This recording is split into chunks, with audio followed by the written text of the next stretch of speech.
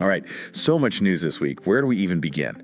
We've got shakeups in the news world, the economy is sending some mixed signals, and of course some pop culture to lighten things up. Ready to take a deep dive? Yeah, let's do it. Always fascinating to try to connect the dots between these seemingly random events, right? Yeah, absolutely. Let's jump right in with Lester Holt stepping down from NBC Nightly News. He's been there forever, feels like a pretty big deal. What do you think this means, especially for network news? Yeah, big change. Could be a sign of things to come, you know? Yeah. NBC trying to grab those younger viewers, the ones glued to their phones for news. Makes sense. Got to stay relevant. Speaking of legacies, though, we lost Clint Hill, the Secret Service agent who shielded the Kennedys in Dallas. Wow, yeah. Just such bravery, that whole story. And it makes you think, especially with the anniversaries coming up, about how these historical moments, they stick with us, you know? For sure. Okay, let's switch gears a bit. Talk economy. Kind of a mixed bag this week. We've got this People's Union USA calling for a nationwide economic blackout on February 28th. Don't buy anything from major retailers, they say. Think it'll work.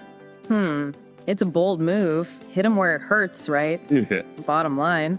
I guess we'll see how many people actually participate. Could be more symbolic than anything. Yeah, we'll see.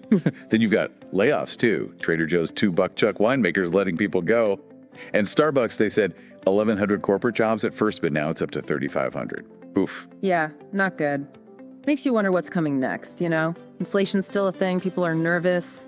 Maybe this blackout, these layoffs, maybe they're all connected to something bigger. It's hard not to feel a little uneasy, that's for sure. Makes Warren Buffett's advice from his shareholders' letters even more timely, right? Save your money.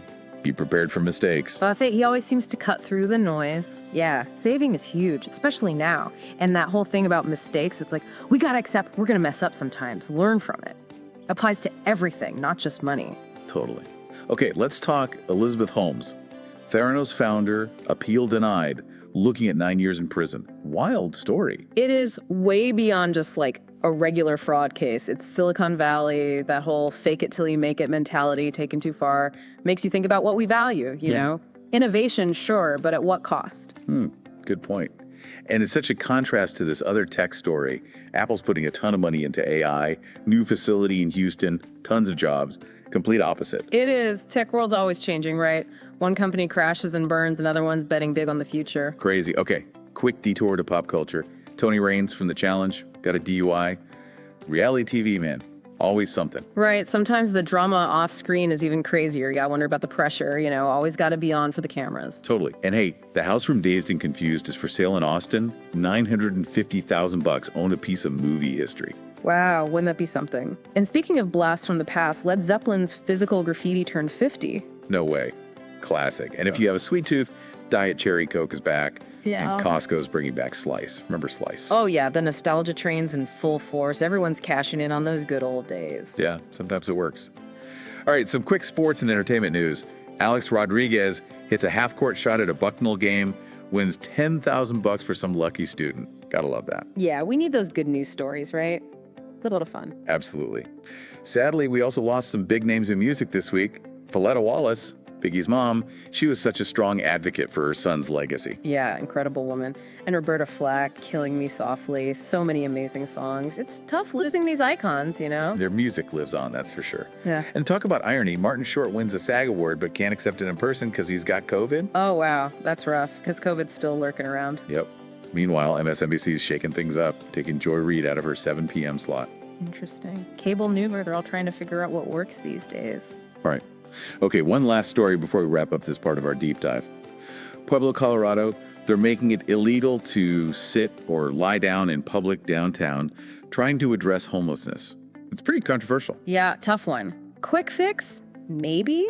But does it really solve anything? Pushing people out of sight doesn't make the problem go away. Feels like a Band-Aid on a much bigger wound. Exactly. We got to focus on the root causes, right? Yeah. Affordable housing, mental health services, job training, things like that. It's about helping people, you know? Giving them a real shot at a better life. Yeah, for sure. And it makes me think about what we were talking about earlier with Lester Holt leaving NBC. Like, how does network news stay relevant? Keep people engaged when everyone's got news in their pocket 24/7. Right, it's tough. Got to cut through the noise somehow. Can't just be headlines anymore. People want more, the why behind the what, the context, different perspectives. Network news can do that. Go deeper. And maybe show some personality too. Yeah. Right? Be more relatable, more human. Absolutely. People connect with people. News can't just be facts and figures. Got to be a conversation. Okay, makes sense. Let's go back to the economy for a minute. This blackout thing, the Starbucks and Trader Joe's layoffs, it's a little unnerving. How do we deal with that? Make good financial decisions when things feel so shaky? Yeah, I hear you. It's about finding that balance, being cautious but not panicking. And honestly, this is where Buffett's advice really hits home. Saving, that's key. Gotta have that cushion for when things go sideways. And accepting that you're gonna make mistakes, that's huge too. We're not perfect. Gotta learn from it and move on. Yeah, not beating ourselves up over it, right? Exactly. Nobody knows what the future holds, but we can be smart, do our research, be prepared to adjust. And sometimes it means asking for help, talking to people who've been there before. Makes sense. So it's about being prepared, but also being flexible. Exactly. We can't control everything, but we can control how we react. That's good advice. It feels like this whole week has been about resilience, right? Network news adapting, people dealing with economic uncertainty. It's about finding a way to not just survive, but actually thrive when things get tough. You nailed it. Resilience. That's what it's all about. Bouncing back, finding new ways to move forward. We're all stronger than we think, I love that. And speaking of strong, we can't forget Voletta Wallace and Roberta Flack. Their impact goes way beyond just their music. Absolutely. Trailblazers, both of them. They fought for what they believed in, used their voices to make a difference. Voletta protecting Biggie's legacy, Roberta, her music touched so many people. They'll be missed. For sure.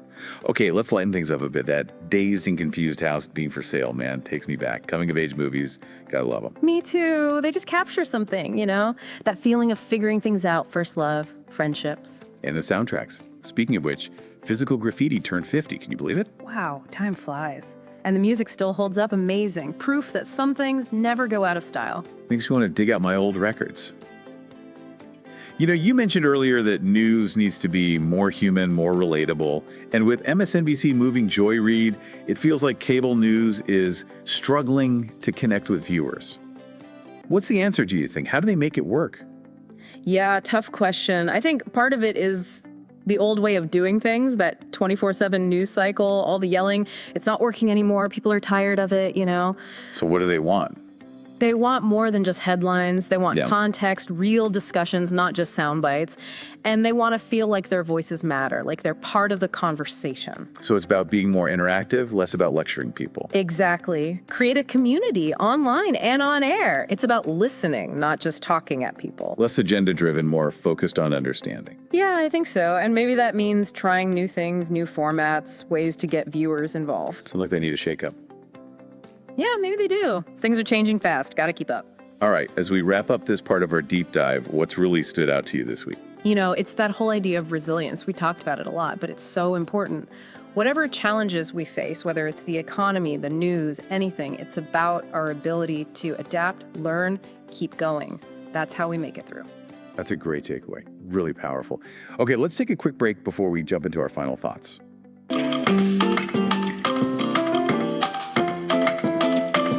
Unlock the magic of one-of-a-kind collectibles at Desert Radio AZ Emporium on eBay. Dive into a world of t-shirts, artwork, flags, and beyond. Whether you're after something new or a vintage find, we've got treasures waiting for you. Visit today at Desert Radio AZ Emporium on eBay. Your journey into the unique awaits. All right, we're back. Before we wrap up, I want to revisit that story about Pueblo, Colorado. Making it illegal to sit or lie down downtown to deal with homelessness? That's a tough one. What do you think, what actually works when it comes to tackling homelessness? Something that actually helps people, but is also sustainable long term. Yeah, that's the big question, isn't it? And honestly, there's no magic bullet. But I think we need to stop just managing homelessness and actually try to solve it. How do we do that? Well, we got to start by admitting that homelessness isn't a choice, usually. It's about bigger things, like no affordable housing, not enough help for mental health or addiction. People need skills, job training, but those opportunities are limited. So it's about fixing those problems, not just pushing people out of sight. Exactly. Moving people from shelter to shelter or making them hide, it doesn't help. We got to invest in real solutions, the kind that give people a chance to actually get back on their feet. What would that look like? Give me some examples. More affordable housing, for one, that's huge. And good healthcare, mental health services, addiction treatment, those are essential. And job training, the kind that gives people real skills to get back into the workforce. So it takes a lot of different pieces working together, right? Government, nonprofits, the whole community needs to be involved. Absolutely. It's too big for any one group to handle. We need everyone working together, coming up with new ideas, willing to commit to those long-term solutions. And we got to change how we see homelessness, see the people, not just the problem. Yeah, remembering that these are human beings, not just statistics. Exactly. Everyone deserves a chance to live with dignity, to have a good life. Couldn't agree more. And that's something we can all be part of, right? Absolutely. Volunteer, donate to good organizations, speak up for policies that actually address the root causes. There's so much we can do. Love it. Great note to end on. This week was a roller coaster of news, but I always feel like we learn so much from these deep dives. It's all about being informed, right? The more we know, the better we can make a difference. That's the truth. Thanks for joining us on this deep dive. See you next time. And remember, stay curious.